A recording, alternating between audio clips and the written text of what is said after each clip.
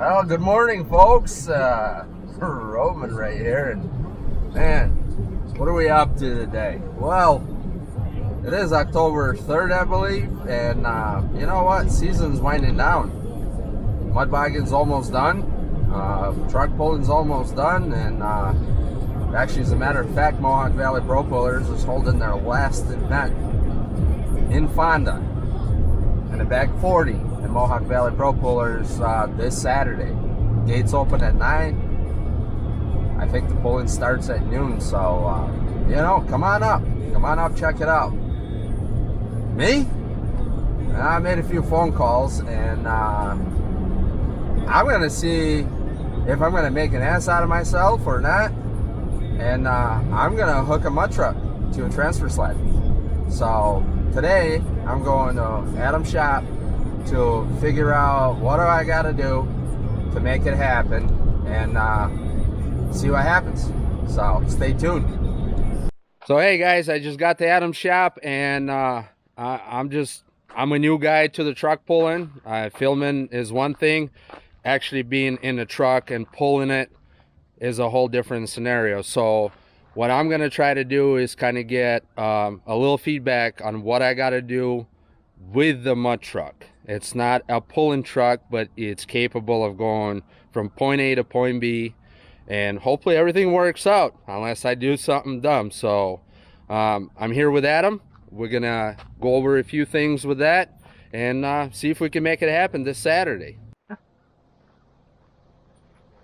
So question is, Adam, I know I gave you a shout just the other day, and which truck am I taking? I see there's a lot of choices here. The Bourbon. Bourbon. Why not the POCU truck? Well, this one will win, you know. Well, this one will probably get 4th or 5th. So I got enough haters. I don't need haters in the truck pulling world. So well, that's very good. Give me a quick rundown. I am a mud bogger. Yeah. I used to have my own truck, but Are I've you never. Are you a true bogger? Always. But I've never pulled. So you have done this with POCU truck. You've done very well.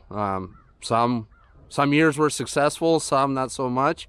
But you always had the straight on run. So give me a few pointers of what I got to do with Arlo's Bourbon this Saturday. I used to truck pull when I was a kid. You know, it's like I had a truck probably about the size of my Super Duty. It was an old Chevy. It was a bad wrap truck, and we would wheel that thing all summer and then go to truck pulls in the fall.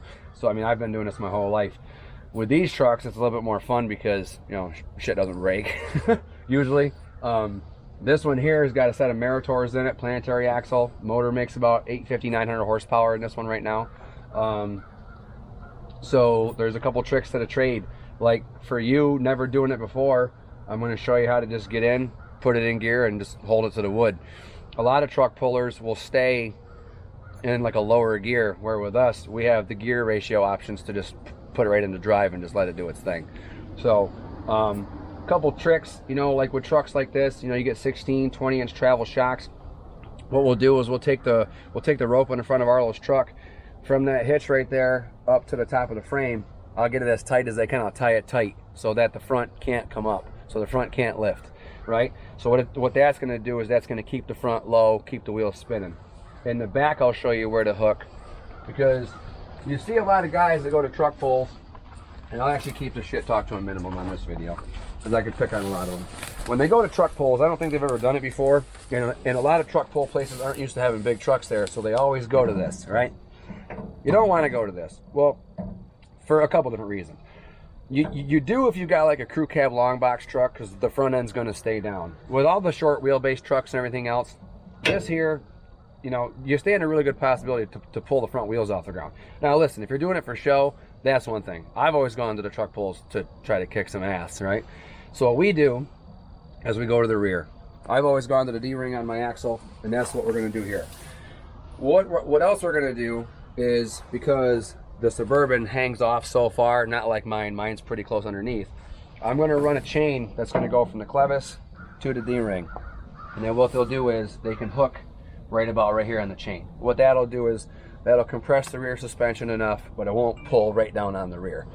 And from that, you just let it eat. you know. So are you pretty confident in Suburban holding up Absolutely. and making a good pass? Yeah. As long as I don't screw up. There's nothing to screw up. You just put your foot to the floorboard. Oh, that's not a problem. Yeah. That's not a problem. Yep. Nope. And that's all you got to do. You know, you get the rolling weight behind you.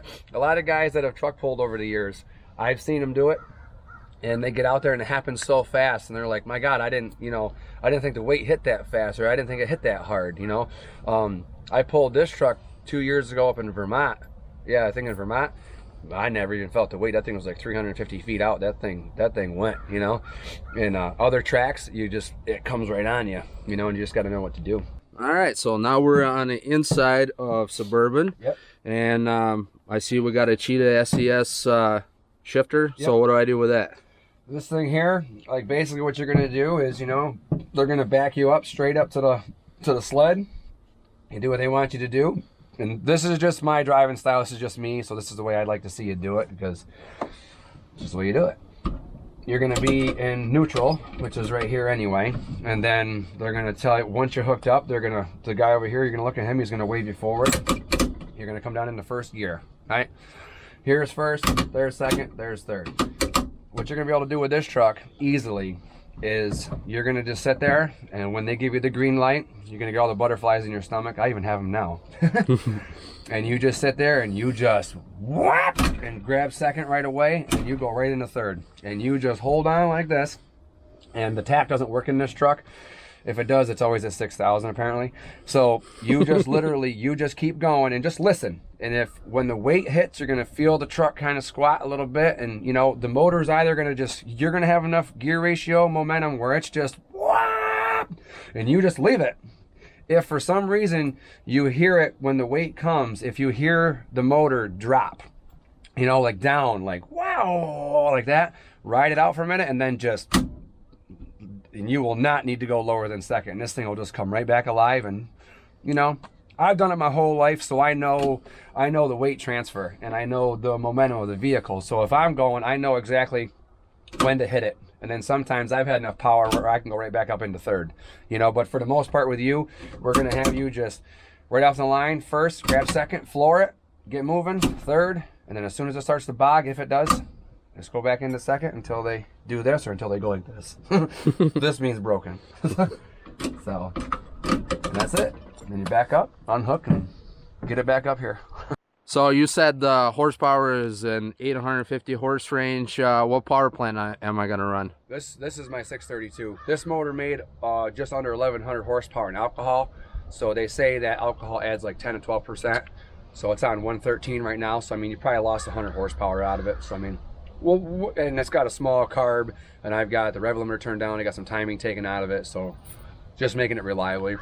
You're at 850 all day long. Okay. Well, that'll be my first time. I'm used to 460 with the 100 horse. Well, what's nice about power is you got power, you know, so it's nice. You don't, as long as things are moving, and everything on this truck is built, you know, well, 5-ton drive shafts. It's got a chain reaction transfer case, I think it's like a 3/8-to-1 in this one, you know, which is a little low because we didn't plan on putting the Meritors in it. It was supposed to be a 2.5-ton, but so we got to re-gear the transfer case over the winter. Man, I have a bad feeling. Only simply because if I like driving this thing, for some reason I might come back to the scene. I don't know. It's just for sale. Oh, which one? The gray one? I heard it was for sale. Yeah, well, yeah, but you can buy the red one too. Put a nice little blower motor in there. Yep. Oh no, that's your name written all over it. Yep. Yep. My pocket simply just cannot afford a blower motor and a $60,000 truck. You know, and in all actuality, to put the blower motor in this truck, I probably only sell it for $25,000. Cheap bastards out there that won't. They just don't spend money. So better off just keeping it and running it. Well, I got a plan for this thing for next year. For next year. So. I was gonna say, you never know. Well, you know, today is rain, tomorrow's sunshine. That's right. June is going to be really, really good sunshine. I'm looking forward to a good forecast.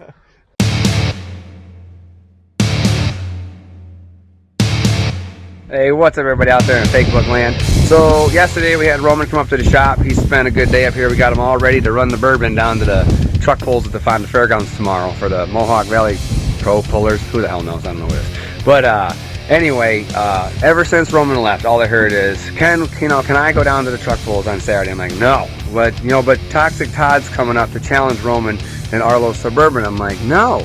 But there's no way that Roman can beat Todd's Toxic truck because you built both of them, but you built the Toxic truck probably a little bit better than the Bourbon because it's got a little bit better power plant. And I'm like, no. I'm like, I hate spectating things. I don't like spectating mud bogs. I don't like spectating truck pulls and all this stuff. Well, why can't I go? And then I sat there and thought, I'm not a spectator. I'll just be a participant. Tomorrow, Todd, I'm gonna kick your ass. See ya.